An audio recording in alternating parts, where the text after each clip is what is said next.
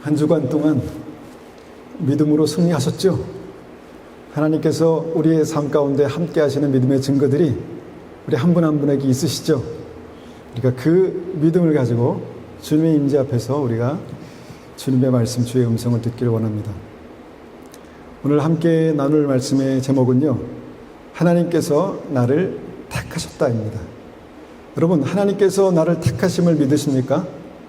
하나님께서 나를 택하셨다라는 믿음의 확신이 있으세요? 여러분, 이것이 믿음입니다. 이것이 성경입니다. 하나님께서 우리에게 다시 한번 분명하게 말씀하세요. 오늘 이 전 설교를 통해서 하나님 나를 택하셨구나, 그 믿음을 갖는 것이 믿음입니다.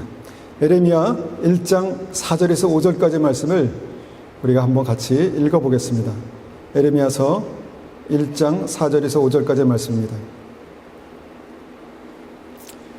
들어 있습니다. 여호와의 말씀이 내게 임하니라. 이르시되 내가 너를 모태에 짓기 전에 너를 알았고 내가 배에서 나오기 전에 너를 성별하였고 너를 여러 나라의 선자로 세웠노라 하시기로. 여러분, 이 말씀을 보니까 우리가 모태에서 만들어지기 전에 어디에 있었을까라는 그런 생각을 해보게 됩니다. 우리가 어머니 뱃속에 만들어지기 전에 우리는 없었을까요? 없었을까요? 우리는 없었다고 생각하죠. 그런데 하나님의 말씀은 어머니 뱃속에서 우리가 만들어지기 전에 우리가 있었다라고 그렇게 말씀합니다. 모태에 우리가 만들어지기 전에 하나님께서 우리를 보았다라고 말씀하십니다. 있지도 않은 우리를 어떻게 보실까요? 있으니까 보는 것입니다. 내가 너를 모태에 만들기 전에 내가 너를 알았다라고 말씀하십니다. 있지도 않은 나를 어떻게 알 수 있을까요? 있으니까 아는 것입니다. 여러분, 이 말씀의 핵심은 내가 모태에서 만들어지기 전에 나는 이미 존재했다는 것입니다. 나는 이미 있다는 것입니다. 어디에 어떤 형태로 있는지는 모르겠습니다. 그러나 이미 나는 주님의 눈에, 주님의 이 인지 안에 이미 존재하고 있었다라고 주님 말씀하십니다. 여기서 주님께서 우리를 모태에 지어지기 전에 우리를 알았다라고 말씀하시는 이 알다라는 단어는요, 단순히 내가 지식적으로 알았다라는 그런 의미가 아닙니다. 내가 너를 알고 있어가 아닙니다. 이 성경에서 알다, 이 히브리어 알다, 야다라는 그런 단어는요, 내가 경험해서 알았다는 것입니다. 이것은 많은 경우에 사랑하는 남자와 여자가 결혼해서 한 몸을 이루고 그 이후에 내가 너를 알았다라고 그렇게 말하는 것입니다. 그의 성격을 알고 그의 존재를 알고 생각을 알고 하나됨을 알면서 내가 너를 알았다 이렇게 말씀하는 것이죠. 그런데 주님께서 여기에서 그 단어를 쓰고 있는 것입니다. 내가 너를 모태에 짓기 전에 내가 너를 알았다. 내가 너를 알았다라고 그렇게 말씀하는 것이죠. 내가 태어나기 전에 그 전부터 하나님은 나를 야다, 알았다라고 그렇게 말씀하시는 것입니다. 그래서 핵심이 뭔가요? 그래서 중요한 것이 뭔가요? 나는 아무 계획 없이, 대책 없이, 생각 없이 그냥 만들어진 존재가 아니라는 것입니다.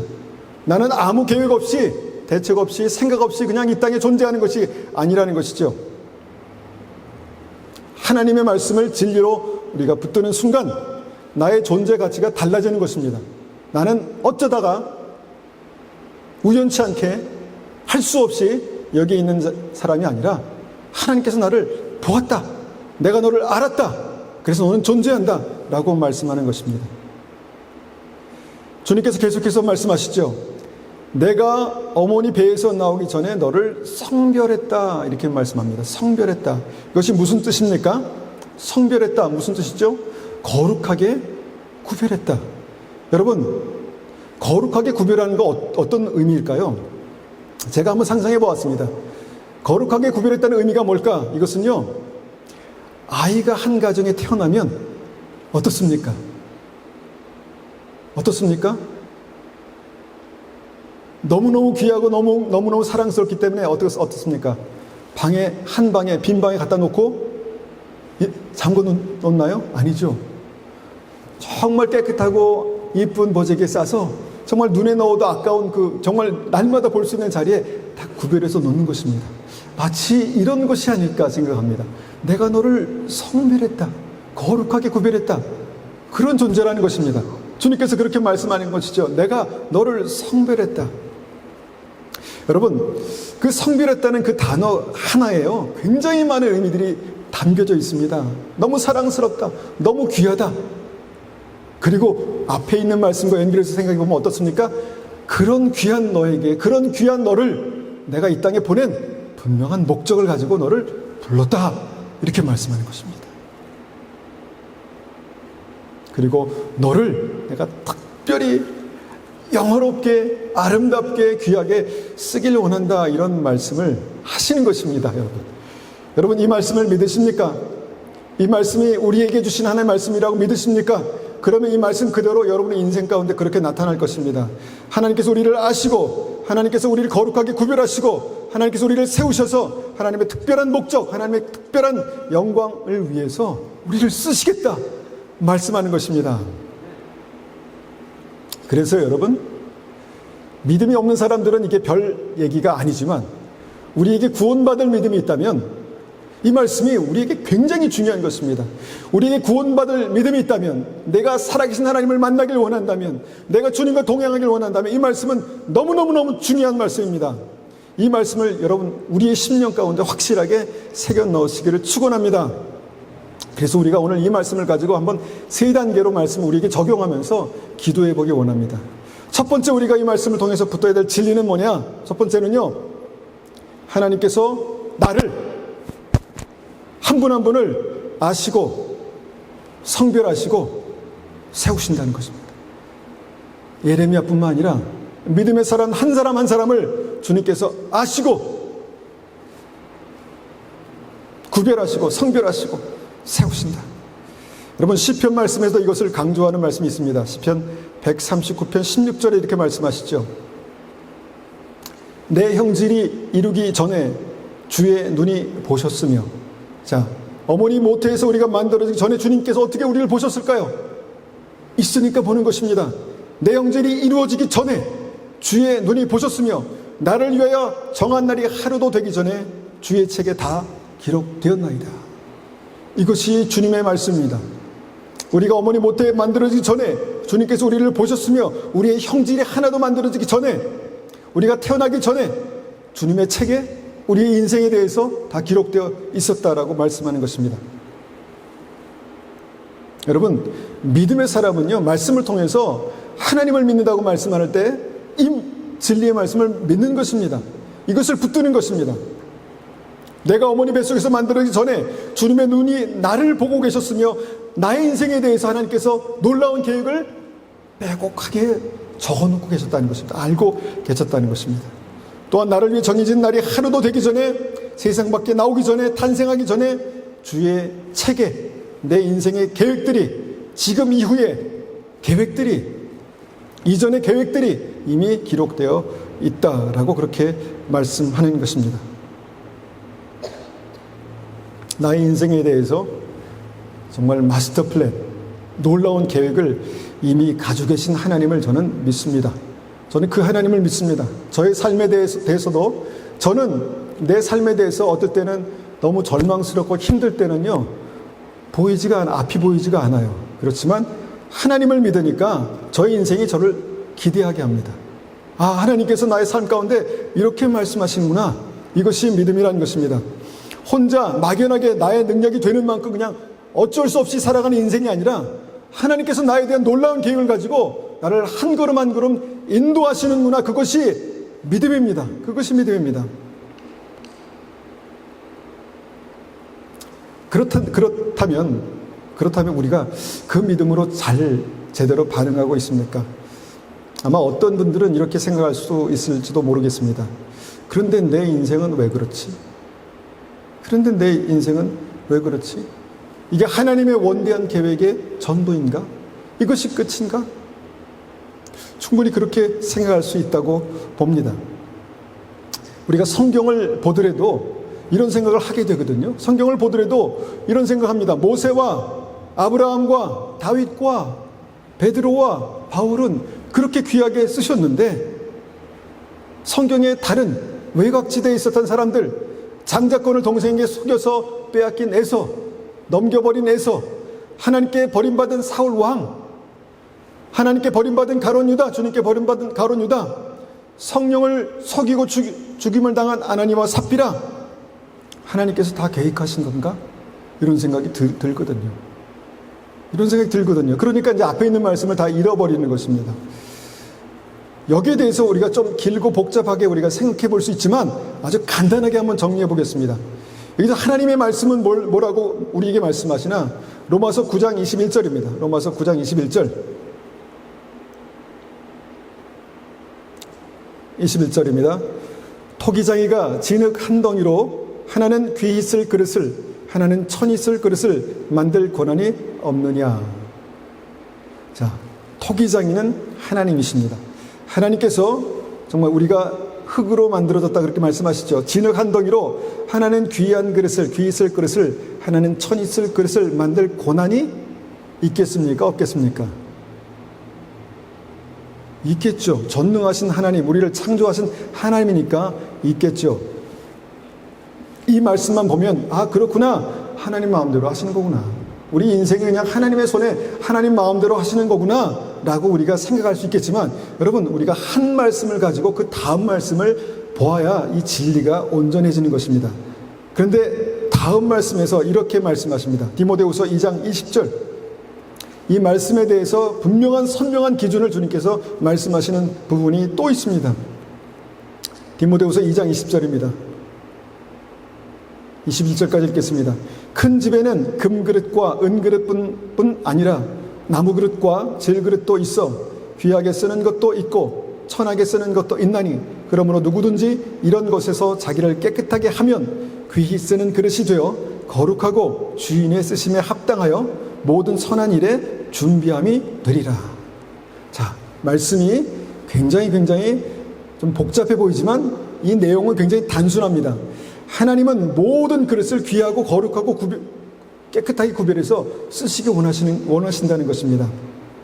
그런데 이 말씀에서 보니까 문제가 있습니다. 그릇이 깨끗하게 준비되어 있어야 쓰임받을 수 있다는 것입니다.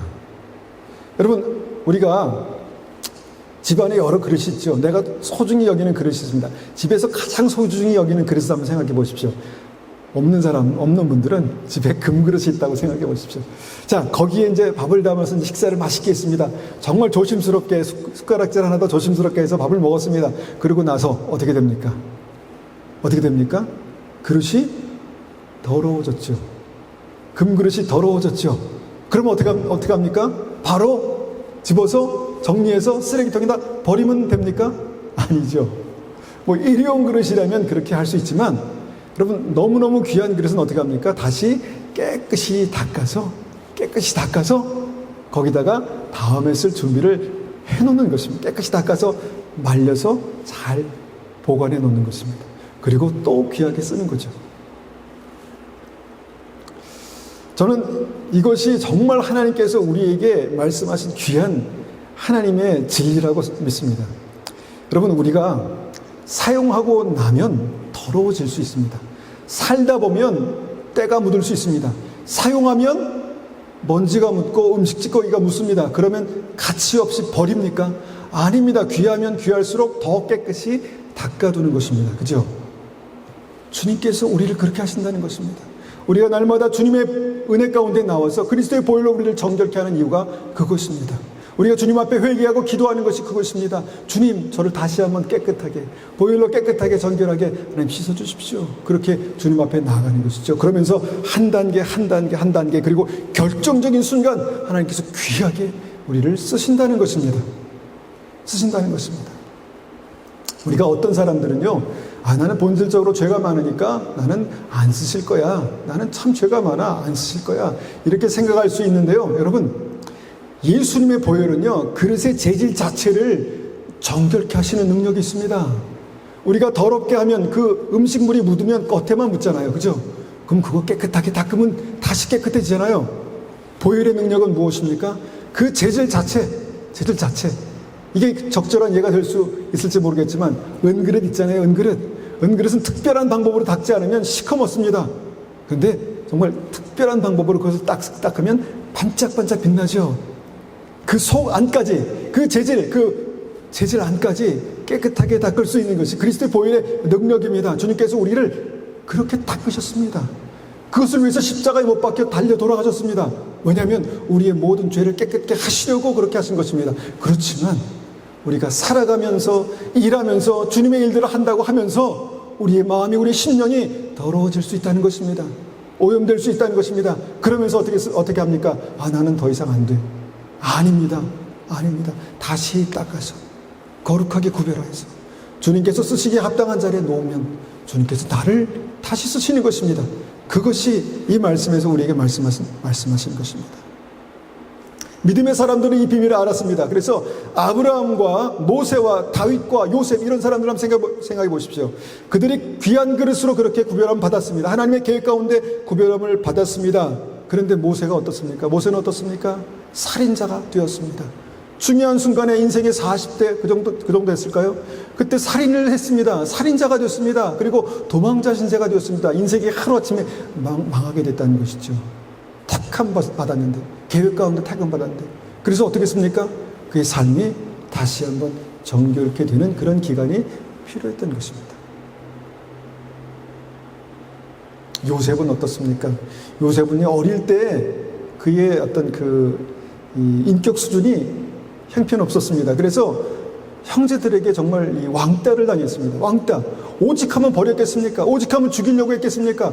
그렇게 인격적으로 정말 부족한 사람이었습니다. 그리고 버림받았죠. 그리고 어떻게 됐습니까? 종이 노예가 됐습니다.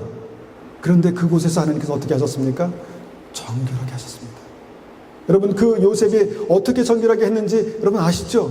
내가 하나님 앞에 이런 죄를 범할 수 없노라라고 단호하게 죄를 뿌리치는 그런 믿음이 그에게 있었다는 것입니다. 그래서 어떻게 됐습니까? 그래서 어떻게 됐습니까? 그를 주님께서 깨끗하게 구별하시고 또 다음 장소에서 사용하시고 또 깨끗하게 구별하시고 또 다음에 너무너무 귀하게 하나님의 영광을 위해서 쓰셨다는 것입니다. 이것이 하나님의 계획입니다. 이것이 하나님의 계획입니다. 여러분, 심각하게 다윗은 어떻게 됐습니까? 다윗은 살인자였습니다. 하나님께서 기름 부으신 다음에도 그가 어떻게 이럴 수 있을까? 이런 사람이 다시 하나님 앞에 쓰임받을 수 있을까요? 그런데 하나님의 은혜와 능력과 긍휼은 놀랍습니다. 주님께서 이런 살인자 가늠한 자를 다시 깨끗하게 하셨습니다. 그가 기꺼이 자기 자신을 다시 한번 주님의 보혈로 깨끗하게 했습니다. 믿지 않는 사람들은 말도 안 돼 어떻게 이런 사람이 하나님 앞에 그렇게 쓰임받을 수 있어 이렇게 얘기할 수 있습니다. 그러나 이것이 우리가 상상할 수 없는 하나님의 능력이고 하나님의 은혜고 긍휼입니다. 보혈의 권능입니다. 주님께서 그를 깨끗하게 하셨습니다. 그의 속사람까지도 아마 깨끗하게 하신 줄 모르겠습니다. 그럴 때 주님께서 그들을 귀하게 쓰셨다는 것입니다. 그래서 우리가 주님 앞에 나올 때마다 나의 죄를 주님께서 기억나게 하실 때마다 은혜입니다. 나를 깨끗하게 하고 나를 깨끗하게 하고 하나님 다시 사용하여 주십시오 하고 주님 앞에 놓는 것입니다. 여러분, 그렇게 주님 앞에 쓰임받는 것이 믿음이고 그것이 믿는 사람들의 삶입니다.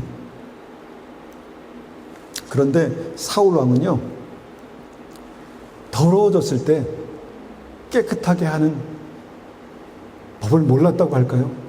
더러워졌을 때 깨끗하게 해야 되는 그 심각성을 몰랐습니다. 그래서 그냥 방치해버렸습니다. 가룟 유다는요, 치명적으로 더러워졌을 때 겸손하게 주님의 임재 앞에 나가서 깨끗하게 하는 것을 외면했습니다. 그냥 더러운 채로 방치해버렸습니다. 그러니까 사단이 역사에서 그가 자살했잖아요.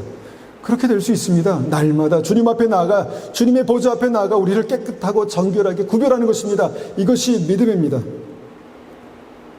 그래서 이 말씀을 통해서 우리의 인생을 대략적으로 비춰볼 때 하나님께서 나를 아셨습니다.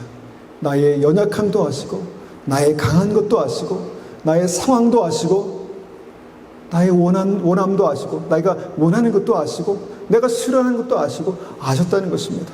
그리고 나를 성별하셨다는 것입니다. 거룩한 하나님의 계획을 따라서 나를 구별해서 내가 너를 귀하게 쓰고 싶어 쓸 거야 라고 그렇게 하셨다는 것입니다. 하나님, 어떻게 내가 그렇게 쓰임받을 수 있을까요? 라고 그렇게 고민하면 내가 어떻게 그걸 준비할 수 있지? 고민할 때 주님께서 말씀하셨다는 것입니다. 나를 깨끗하게 준비하면 내가 너를 나의 계획대로 너를 쓸 거야 라고 그렇게 말씀하셨다는 것입니다. 이것이 굉장히 오늘 말씀의 중요한 핵심입니다. 지난 목요일 날 제가 성도님 몇 분과 같이 이제 저녁에 운동을 하고 식사를 하면서 우연치 않게 각 한 분 한 분의 짧은 인생 스토리를 그렇게 나누는 그런 기회가 있었습니다. 말하자면 그냥 짧은 간증이겠죠. 그렇게 얘기하는 가운데 저의 그 지나온 시간들이 짧게 아주 빠르게 지나가는 것을 제가 느낄 수 있었습니다. 그래서 마음속으로 저의 삶을 좀 이렇게 정리해보는 시간이 있었습니다. 그러니까 굵직하게 세 번의 변화로 그렇게 정리가 되는 것을 제가 보았습니다. 첫 번째 저의 삶에 굉장히 중요한 시기, 변화의 시기는요, 저에게 굉장한 아픔의 시기가 있었다는 것입니다. 아픔의 시기. 10대 후반에 그랬죠. 아마 아시겠지만 제가 병이 있었습니다. 그래서 병이 있어서 몸도 심하게 아프고요. 몸도 심하게 아팠고 마음도 아팠습니다. 마음도 심하게 아팠습니다. 그런데 영혼도 아팠더라고요. 영혼도. 아무 소망도 없고 그냥 하루하루 그냥 사는 것이었습니다. 그로 인해서 많이 피폐되고 어떻게 보면 좌절될 수 있는 그런 상황이었는데 주님께서 잡아주셨더라고요. 은혜로 잡아주셨더라고요. 그런 시기가 있었습니다. 하나님께서 나를 택하셨나? 아니야. 하나님께서 나를 버리셨나? 그러면 안 되는데. 그러면 나는 뭔가 그냥 살아가는 인생이지. 별 소망이 없었습니다. 그런데 제 인생의 두 번째 시기가 있었는데요. 그게 뭐냐면 군대에 가고 나서 결혼하기 전까지 회복의 시기가 있었습니다. 회복의 시기. 제 병이요. 기적적으로 치유됐고요. 정말 기적적으로 치유됐고요. 제 삶 속에 하나님의 베푸신 은혜들이 나타나기 시작했습니다. 기도의 응답이 나타나기 시작했고 하나님께서 사랑하신다는 믿음의 증거들이 나타나기 시작했습니다. 그러면서 제가 고백하기를 하나님 살아계시는구나. 하나님 역사하시는구나. 내가 하나님만 붙들고 가야 되겠다. 이런 믿음의 결단을 하게 됐습니다. 그때가 바로 저에게 두 번째 시기였습니다. 하나님의 살아계심을 경험하는 시기. 하나님께서 제 인생을 붙들어 가고 계신다는 그런 것을 깨닫는 그런 시기였습니다. 세 번째 시기가 보니까 그때 이후로 지금까지입니다. 그때 이후로 지금까지 하나님의 구체적인 인도하심을 따라가는 시기였습니다. 결혼 후부터 지금까지 하나님께서 저희 삶을 인도하셨습니다. 제가 믿음으로 기도할 때마다 보여주시고 제가 믿음으로 기도할 때마다 주님께서 나의 삶을 한 걸음씩 인도하셨습니다. 그리고 여기까지 왔습니다. 그러면서 제가 어떻게 앞으로 갈까 이런 고민을 할 때마다 그렇지, 하나님께서 인도하시는 대로 한 걸음씩만 가면 되지 내가 뭘 다 내 마음대로 내 뜻대로 다 할 수 있었던 것이 아닌데 주님께서 가장 좋은 길로 나의 삶을 나의 인생을 인도하신다는 것을 내가 아는데 내가 한 걸음씩만 가자. 그러니까 얼마나 편하고 얼마나 감사하고, 물론 여러 가지 삶의 어려움도 있고 힘든 고민도 있지만 그냥 한 걸음씩 가는 것입니다. 여러분, 이것이 왜 중요한가 제가 생각해 봤습니다. 지난주에도 말씀드렸죠. 이런 믿음을 갖다 보니까요, 웬만한 그런 믿음의 싸움에서 제 멘탈이 흔들리지 않습니다. 물론 지치고 피곤하고 무너질 때가 있습니다. 그런데 믿음 앞에 다시 오면요, 다시 정신을 차리고 이러면 안 되지, 다시 정신을 차리고 믿음으로 서야지, 이렇게 생각하게 됐다는 것이죠. 결국 이 멘탈이 뭡니까? 믿음입니다. 강한 믿음. 그 믿음으로 제가 설 수 있는 이유가 이 말씀에 제 인생을 걸었기 때문입니다. 하나님께서 나를 아신다. 하나님께서 내 인생에 대한 계획을 가지고 계신다. 하나님께서 그 계획에 따라서 나를 인도하신다. 내가 날마다 나를 깨끗이 준비해서 주님 앞에 내려놓으면 하나님께서 그 놀라운 계획대로 나를 인도하신다. 역사하신다. 믿으십니까? 믿으십시오. 이분이 하나님입니다. 이분이 우리 안에 역사하시는 하나님이십니다. 여러분, 이것이 인생을 살아가는 전략입니다. 두 번째로 한번 우리가 생각해 봅니다. 그래서 인생을 살아가는 전략이 뭐냐? 능력이 아닙니다. 우리는 능력에 목매입니다. 내가 얼마나 능력을 가지고 있는가, 내가 얼마나 큰 능력으로 준비될 것인가. 우리는 능력에 목을 맵니다. 그러나 능력도 중요하지만 능력보다 더 중요한 것이 있습니다. 그것이 뭡니까? 믿음이죠. 믿음이 없으면요, 능력도 아무것도 아닙니다. 아무리 큰 능력이 있어도, 아무리 대단한 능력의 사람도요, 믿음이 없으면 하나님과 무관한 사람, 하나님의 역사와 무관한 사람이 되어버리는 것입니다. 주님께서 예레미야를 부르셨을 때 예레미야가 어떻게 반응했는가 보니까 예레미야 같은 훌륭한 사람도 이렇게 반응합니다. 예레미야서 1장 6절입니다. 1장 6절. 내가 이르되 슬프도소이다 주 여호와여 보소서 나는 아이라 말할 줄을 알지 못하나이다 하니, 자, 하나님께서 예레미야를 성별하셨습니다. 택하셨습니다. 그런데 예레미야의 반응이 무엇입니까? 저는 어린아이입니다. 어린아이를 부른 게 아니잖아요. 성인을 부르신 것입니다. 쓸만하니까 부르신 것입니다. 그런데 나는 어린아이입니다. 이 핵심이 뭔가요? 나는 하나님의 일을 할 만큼 그렇게 성숙한 사람이 아닙니다. 그런 믿음의 사람이 아닙니다. 두 번째 말합니다. 저는 말할 줄 모릅니다. 하나님 선지자로 말하는 사람으로 쓰겠다는데 나는 말할 줄 모릅니다. 뭡니까? 하나님께서 그렇게 저를 통해서 일할 만큼 저는 준비된 사람이 아닙니다. 이렇게 말하고 있는 것입니다. 이게 사실일 수도 있습니다. 이게 사실일 수도 있습니다.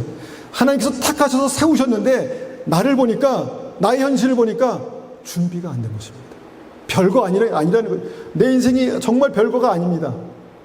내 인생이 정말 내세울 게 아무것도 없습니다. 그런 경우가 있지 않겠습니까? 그렇게 느끼는 경우가 있지 않겠습니까? 내 현실을 볼 때, 내가 정말 객관적으로 나를 평가해 볼 때, 나는 아무것도 아닌데 하나님께서 나를 쓰신다고? 에이, 하나님, 저는 어린아이입니다. 그래서 말도 제대로 못합니다. 근데 나를 쓰신다고요? 이렇게 반응했다는 것입니다. 여러분, 이것은 많은 사람들이 일반적으로 믿음이 없을 때 하는 반응입니다. 믿음이 없을 때 하나님 아닙니다. 그런데 여기에 대해서 하나님께서 단호하고 냉정하게 이렇게 말씀하십니다. 예레미야서 1장 7절입니다. 여호와께서 내게 이르시되 너는 아이라 하지 말고 내가 너를 누구에게 보내든지 너는 가며 내가 내게 무엇을 명하는지 너는 말할지니라. 자, 이것이 오늘 말씀의 두 번째 핵심입니다. 나의 능력이 문제가 아니라 나의 믿음이 문제다. 여러분, 능력은 뭡니까? 능력은 하나님께서 부어주시는 것입니다. 능력은 하나님께서 부어주십니다. 여러분, 이것을 믿으십시오. 능력은 내가 할 수 있을 만큼 해야 할 일에 맞게, 사명에 맞게 하나님께서 부어주시는 것입니다. 부어주시는 만큼 일하면 되는 것입니다. 능력? 그건 내가 하는 거야. 내가 너를 통해서 일하는 거야. 내가 너를 통해서 권능으로 일하는 거지, 너의 능력은 내가 주는 능력에 비해서 아무것도 아니야. 그런데 그 능력을 얘기해, 그건 믿음이 아니야 라고 말씀하는 것입니다. 능력은 하나님께 있습니다. 능력은 나의 문제가 아닙니다. 하나님의 문제입니다. 우리가 필요한 그 능력은요, 우리의 믿음을 통해서 하나님께서 우리를 붙드시고 쓰시는 순간 우리에게 부어주시는 것입니다. 여러분, 이것을 믿음으로 붙드시기 바랍니다. 특별히 우리 청년들, 믿음으로 이것을 붙드시기 바랍니다. 능력은 나에게 있는 것이 아닙니다. 물론 성실하게 오늘을 살아갈 필요가 있지요. 그런데 능력은요, 결정적인 능력, 결정적인 한방은요, 주님께서 주시는 것입니다. 여러분, 사업하시는 분들 한번 보십시오. 아무리 능력이 많아도 주님께서 그 길을 열어주시지 않으면, 하나님께서 우리에게 한 방을 주시지 않으면 안 되는 것입니다. 아무리 하려고 해도 안 되는 것입니다. 그것이 인생입니다. 하나님께서 우리에게 능력을 주십니다. 누구에게요? 믿음의 사람에게. 그 믿음의 능력을 부으신다는 것입니다. 그렇다면 오늘 말씀에서 적용할 수 있는 믿음의 핵심이 뭡니까? 믿음의 핵심이 이것입니다. 더 이상 아이라고 말하지 말라. 무슨 말입니까? 네 부정적인 말을 좀 그만해라. 내 부정적인 입술을 그쳐라. 아이라고 말하지 말라. 부정적인 말을 그쳐라. 못한다는 생각을 버려라. 안 된다는 생각을 버려라. 주님께서 이렇게 말씀하는 것입니다. 나는 말을 못합니다. 그만. 나는 아이입니다. 그만! 라고 이렇게 말씀하는 것입니다. 여러분, 믿음은 부정적인 말을 그치는 것입니다. 나의 현실을 보면서, 그래, 나는 이 정도밖에 안 되지. 그러면서 쏟아내는 것이 무엇입니까? 안 돼, 못해, 아니야. 부정적인 말을 그치라고 주님께서 말씀하시고 이것이 믿음이다라는 것입니다. 믿음은 하나님을 믿고 가는 것입니다. 내가 너를 누구에게 보내든지 너는 가라. 가면 되는 것입니다. 내가 너를 누구에게 보내든지 너는 가라. 가면 되는 것입니다. 그래서 제가 왔습니다. 그래서 있는 것입니다. 여러분, 이 담대함이 있으시기 바랍니다. 내가 너를 누구에게 보내든지 너는 가라. 가면 되는 것입니다. 하나님께서 우리를 인도하십니다. 그렇게 우리를 붙드십니다. 너무 많은 생각을 하면 어떻게 되나요? 너무 많은 생각을 하면, 너무 많은 것을 보고 너무 많은 생각을 하면 10명의 정탐꾼처럼 되는 것입니다. 가서 봤더니 안 되는구나. 가서 봤더니 못하겠구나. 하나님의 말씀이 있지만 안 되는구나. 이렇게 되는 것입니다. 그래서 들어가면 죽는다 해서 안 들어가지 않았습니까? 믿음은 똑같습니다. 믿음이 바로 이것입니다. 여러분, 예레미야에게 하신 말씀이 너무 대단한 말씀인가요? 부정적인 말을 그치고 내가 너를 누구에게 보내든지 가며, 얼마나 쉽습니까? 여러분, 그것이 믿음입니다. 그리고 주님께서 말씀하신, 너는 단지 내가 너에게 하라고 한 말을 전해라. 여러분, 말을 전하는 게 얼마나 조금만 신경 쓰면 되지 않겠습니까?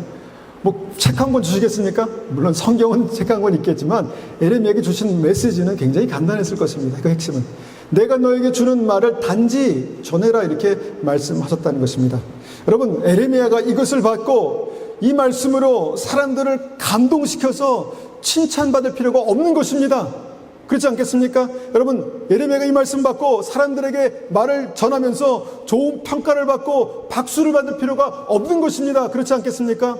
여러분, 하나님께서 주신 말씀을 가지고 칭찬하든 욕하든 박수치든 손가락질 하든 그냥 주님께서 주신 말씀을 전하면 하나님께서 하시지 않겠습니까? 믿음은 단순한 것입니다. 믿음은 이렇게 단순한 것입니다. 그 다음은 내가 알아서 할게.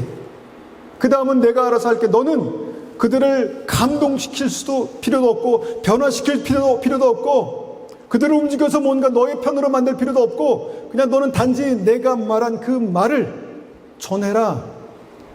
그 다음은 내가 알아서 하겠다. 제가 이 말씀을 준비하면서 제 마음 가운데 뜨거움이 있었습니다. 그렇지. 제가 원래부터 이 말씀을 가지고 붙들고 여기까지 왔지만 그냥 주님께서 주신 말씀을 전하면 되는 거구나. 이 말씀을 전하면 사람들이 어떻게 생각할까? 물론 제가 완벽하지 못합니다. 말을 전하면서 실수도 할 수 있고 그러면 나에게 그 일을 명령하신 하나님께서 야, 정신 차려. 그거 아니야. 야, 정신 차려. 그거 아니야. 하지 않겠습니까?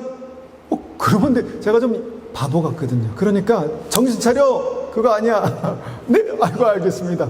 그리고 주님 말씀이 무엇입니까? 라고 하면서 전하면 되지 않겠습니까? 제가 그런 감동이 있더라고요. 제가 목회자로서 다른 사람들이 뭐라고 얘기할까? 막 중요해지려고 할 때 다시 이 말씀을 생각합니다. 아니지. 하나님께서 나에 대해서 뭐라고 말씀하실까? 하나님은 나에 대해서 어떻게 생각하실까? 이게 중요하지. 그렇지 않겠습니까? 단지 주님의 말씀을 전하라. 주님께서 예레미야에게 이렇게 말씀하셨습니다. 여러분, 이게 엄청나고 복잡하고 뭔가 심오하고 그런 것입니까? 믿음은 그런 것이 아닙니다. 단순한 것입니다. 오늘 주신 말씀을 가지고 그냥 일주일 살아가는 것입니다. 너무 복잡하게 머리 굴리니까 너무 엄청난 문제를 풀어내고 있는 것입니다. 내가 스스로 그렇게 삼천포로 가고 있는 것입니다. 한 번에 한 가지씩. 오늘 이 순간, 내 인생에 굉장히 중요한 이 순간에 once at a time, 한 번에 한 가지씩 주님의 말씀 붙들고 이렇게 나아가는 것입니다. 이것이 바로 거룩하게 구별하여 성별하여 나를 쓰시겠다는 하나님의 계획이라는 것이죠.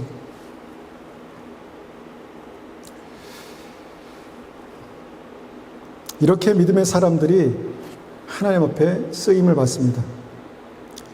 다시 다윗의 경우를 생각해 보면요, 별 볼 일 없던 목동이 주님의 주신 말씀 감동을 하나 붙들고 돌멩이 들고 달려가니까 하나님께서 그것을 보신 것입니다. 그랬더니 하나님께서 그를 세우시고 붙드셔서 하나님 마음에 합한 왕으로 세우신 것입니다. 여러분, 우리 청년 여러분, 믿음은 단순한 것입니다.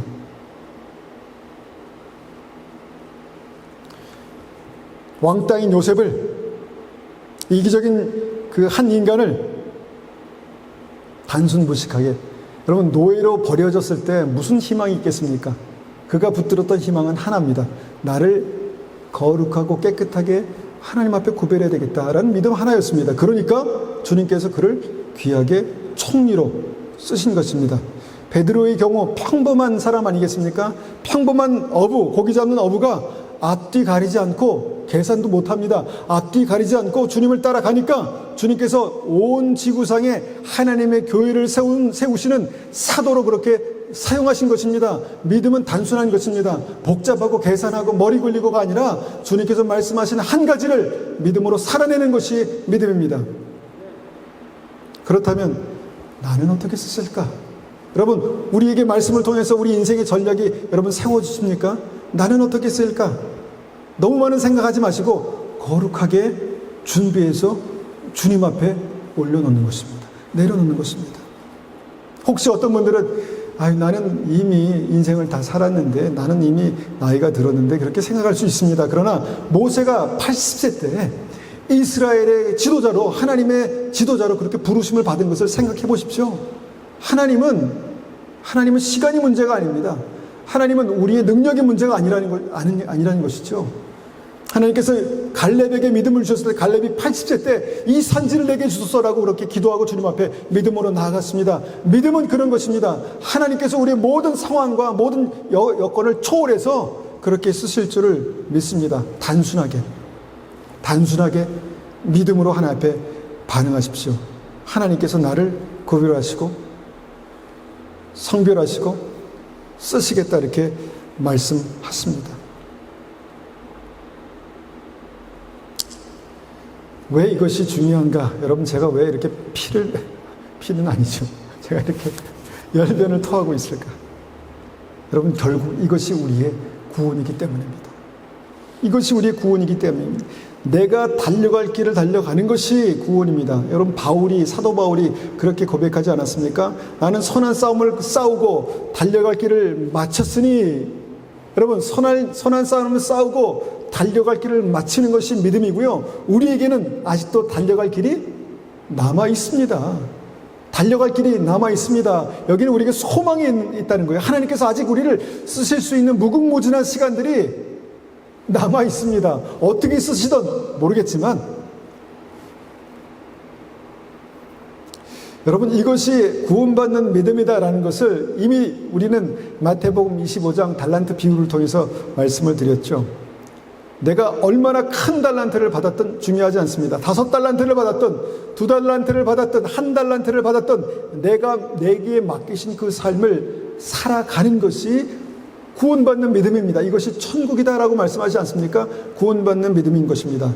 요란하고 대단한 사람으로 쓰임받지 않아도 거룩하게 구별해서 하나님께서 귀하게 쓰시는 토기가 되는 것이 구원입니다. 단순하게 주님께서 맡긴 삶을 살아갈 때 내가 5달란트 받았던 2달란트 받았던 1달란트 받았던 착하고 충성된 종이 되면 주님의 구원이 우리 삶을 통해서 역사하는 것입니다. 이 진리가 왜 그렇게 중요합니까? 주님 다시 오실 때가 무척 가까웠기 때문입니다. 우리에게 오늘은 기회입니다. 오늘 내가 살아있다는 것은 기회입니다. 내가 숨 쉴 수 있다는 것은 기회입니다. 여러분, 그 기회를 가지고 믿음으로 살아가시기를, 하루하루 허비하지 마시고 믿음으로 살아가시기를 축원합니다. 하나님께서 그런 계획과 목적으로 나를 택하시고 성별하시고 세우셨다면, 이제 마지막 세 번째 이 말씀을 기억하십시오. 세 번째는요, 능력 주시는 자 안에서 일하라는 것입니다. 능력 주시는 자 안에서 일하라. 다시 본문으로 돌아가서 하나님께서 택하셔서 세우신 예레미야에게 말씀하십니다. 1장 8절입니다. 예레미야 1장 8절. 너는 그들 때문에 두려워하지 말라. 내가 너와 함께하여 너를 구원하리라. 나 여호와의 말이냐 하시고, 여호와께서 그의 손을 내밀어 내 입에 대시며 여호와께서 내게 이르시되 보라 내가 내 말을 내 입에 두었노라. 주님 말씀하시죠. 두려워하지 말라. 여러분 얼마나 두려운 상황들이 많습니까? 주님께서 하나님의 사람들에게 또 여호수아에게도 말씀하셨죠. 두려워하지 말라. 놀라지 말라. 내가 너의 하나님이다 라고 말씀하지 않습니까? 예레미야에게도 두려워하지 말라. 내가 너와 함께하여 너를 구원하리라. 주님께서 말씀하십니다. 그리고 중요한 포인트가 여기에 나옵니다. 그리고 전능하신 하나님께서 그 손을 예레미야 입술에 대시면서 이렇게 말씀하십니다. 보라, 내가 내 말을 내 입에 두었노라. 이것이 오늘 세 번째 굉장히 중요한 포인트입니다. 여러분, 하나님께서 계획하셨다고 아무 때나 막 가는 게 아닙니다. 하나님께서 계획하셨으니까 아무렇게나 막 살아가는 것이 아닙니다. 하나님의 때를 붙드는 것입니다. 하나님의 때를 기다리는 것입니다. 자, 하나님께서 내 입술에 그분의 손을 댄 후에 출발하는 것입니다. 여러분, 하나님께서 내 입술에 그분의 손을 대시면 그때 하나님의 말씀이 임하고 하나님의 능력이 임합니다. 하나님의 뜻이 내 삶 속에서 그렇게 풀어지는 것입니다. 여러분, 하나님께서 하나님의 때에 우리의 입술에 손을 대시는 것을 여러분 아시기 바랍니다. 나는 언제 하나님의 때에 거룩히 구별되고 쓰임받다가 결정적인 하나님의 때에 내가 내 입술에 내 손을 대어노라 라고 말씀하시면서 가라. 그럼 가는 것입니다. 여러분, 하나님의 말씀이 무엇인가요? 하나님의 말씀은요 하나님의 창조의 능력입니다. 하나님의 말씀이 나의 삶 가운데 임하면 하나님께서 나의 인생을 통해서 하나님의 거룩한 일들을 이루어 나가시는 것입니다. 만들어 나가시는 것입니다. 믿으십니까? 믿으십시오. 말씀이 무엇입니까? 하나님의 말씀은요 이기는 능력입니다. 이기는 약속입니다. 말씀이 내 삶 가운데 주어질 때 그 말씀을 붙들고 믿음으로 나아갈 때 주님께서 이기게 하십니다. 그리고 계시록에 이기는 것이 무엇입니까? 그것이 구원입니다. 이기는 자, 승리하는 자, 일곱 교회에게 주시는 구원의 말씀이죠. 여러분, 우리의 삶 가운데 주님께서 우리의 입술에 손을 대시고 말씀을 주시면 그 말씀으로 우리가 이기는 것이 믿음입니다. 이기는 것이 구원입니다.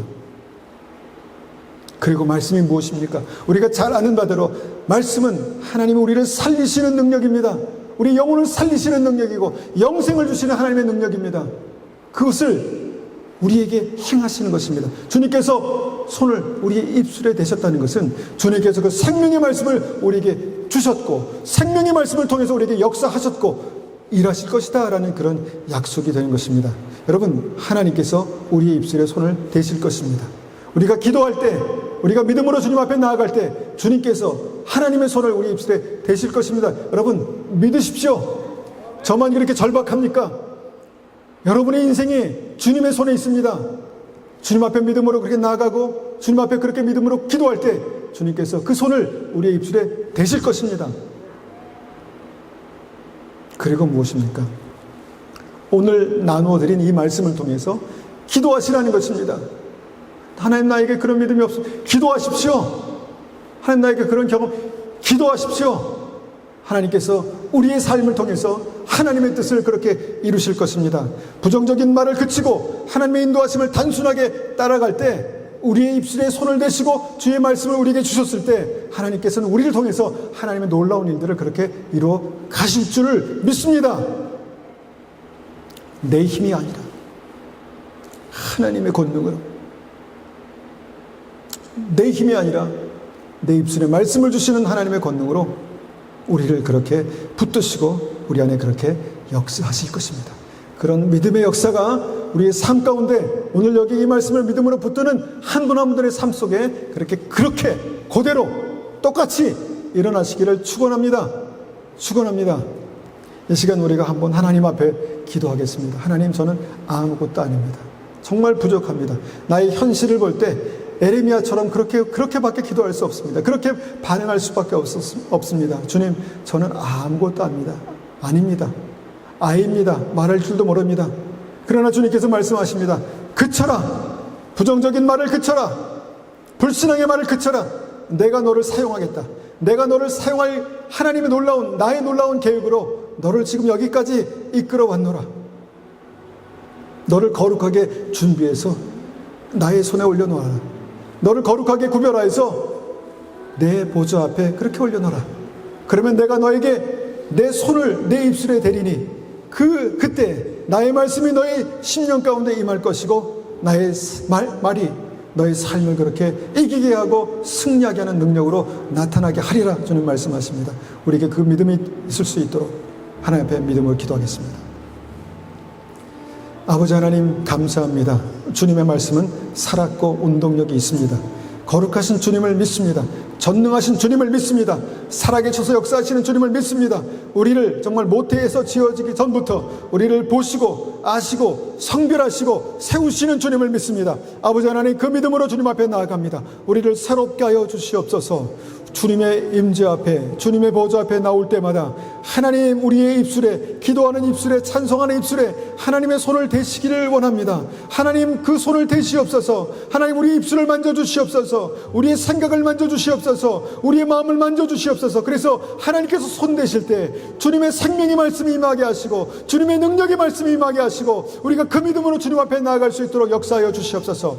아버지 하나님 우리는 부족합니다. 하나님 우리는 부족합니다. 그래서 하나님 얼마나 많은 부정적인 말들을 우리가 쏟아낸 줄 모르겠습니다. 얼마나 많은 부정적인 생각들로 주님 앞에 하나님의 영광을 가리운 줄 모르겠습니다. 주님 우리를 불쌍히 여겨주시옵소서. 우리를 긍휼히 여겨주시옵소서. 하나님 우리를 그리스도의 보혈로 정결케 하여 주시옵소서. 다시 한번 주님 앞에 그 믿음으로 하나님 앞에 나아갑니다. 주님의 보좌 앞으로 주님의 지성소로 나아갑니다. 그리스도의 보혈로 주님의 보혈로 우리를 정결케 하여 주시옵소서. 온전한 회개가 있게 도와주시옵소서. 날마다 우리를 깨끗하게 준비하고 날마다 우리를 거룩하게 구별하여서 하나님께서 쓰시는 그 타이밍에 주님 제가 여기 있습니다. 말씀하시옵소서. 주님의 말씀을 주시옵소서. 주님 안수하여 주시옵소서. 주님의 손을 우리의 입술에 대시고 주님의 손을 우리의 마음과 우리의 눈에 대셔서 우리의 귀에 대셔서 주님의 말씀을 보게 하시고 주님의 말씀을 듣게 하여 주시옵소서. 아버지 하나님 그 은혜가 우리 삶 가운데 있게 도와주시옵소서. 하나님 우리는 어리다고 말합니다. 우리의 신앙은 아직 어리다고 말합니다. 사단이 자꾸 속일 때마다 넘어갑니다. 사단이 우리를 속일 때마다 우리는 아무것도 아니고 우리의 믿음은 어리고 우리의 믿음은 너무나 연약하다고 그렇게 말합니다. 그러나 하나님께서 쓰시겠다고 하시면 나의 능력이 문제가 아니라 내가 단순한 믿음을 가지고 주님의 말씀을 붙들면 주님께서 능히 우리를 사용하셔서 하나님의 영광을 나타내실 줄 믿습니다. 주님 우리를 새롭게 하여 주시옵소서. 우리에게 은혜 주시옵소서. 우리에게 능력 주시옵소서. 우리가 담대함으로 주님 앞에 나아가게 도와주시옵소서. 주님 우리를 붙들어 주시옵소서. 우리를 새롭게 하여 주시옵소서.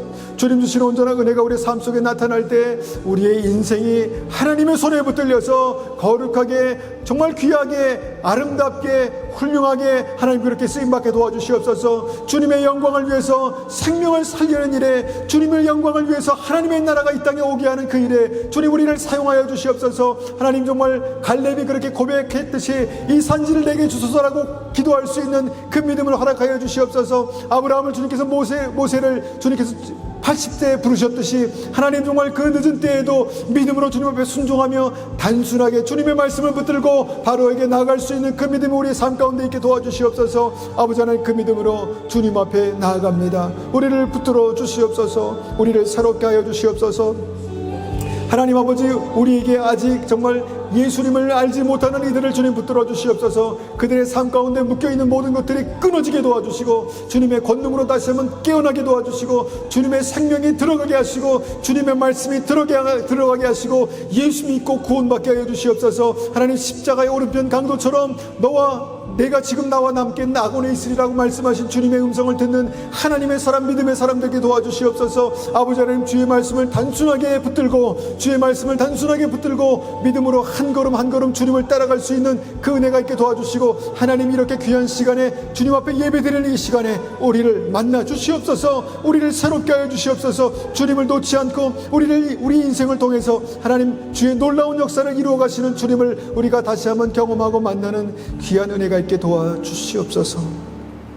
사단이 여러 가지로 우리를 우겨싸고 우리 마음을 위축하게 만들고 답답하게 만들고 소망 없게 만들 때에 우리가 사단에게 속아 넘어가지 않게 하시고 하나님 우리의 눈에 보이는 상황이 아니라 하나님께서 믿음으로 바라보게 하시는 그 방향으로 믿음의 발걸음을 내딜 수 있는 하나님의 백성들 될 수 있도록 역사하여 주시옵소서. 우리 한 사람 한 사람, 이곳에 있는 한 사람 한 사람을 주님 축복하여 주시고 기름 부어 주셔서 주님 하나님의 거룩한 계획 아래 사용하여 주시옵소서. 우리는 그 계획을 다 알지 못하지만 주님 단순하게 주의 말씀이 나의 삶 가운데 임할 때에 그 말씀을 붙들고 순종하며 한 걸음씩 한 걸음씩 나아갈 수 있는 그 은혜가 우리에게 있게 도와 주시옵소서. 주님 감사합니다. 주님 감사합니다. 주님 감사합니다.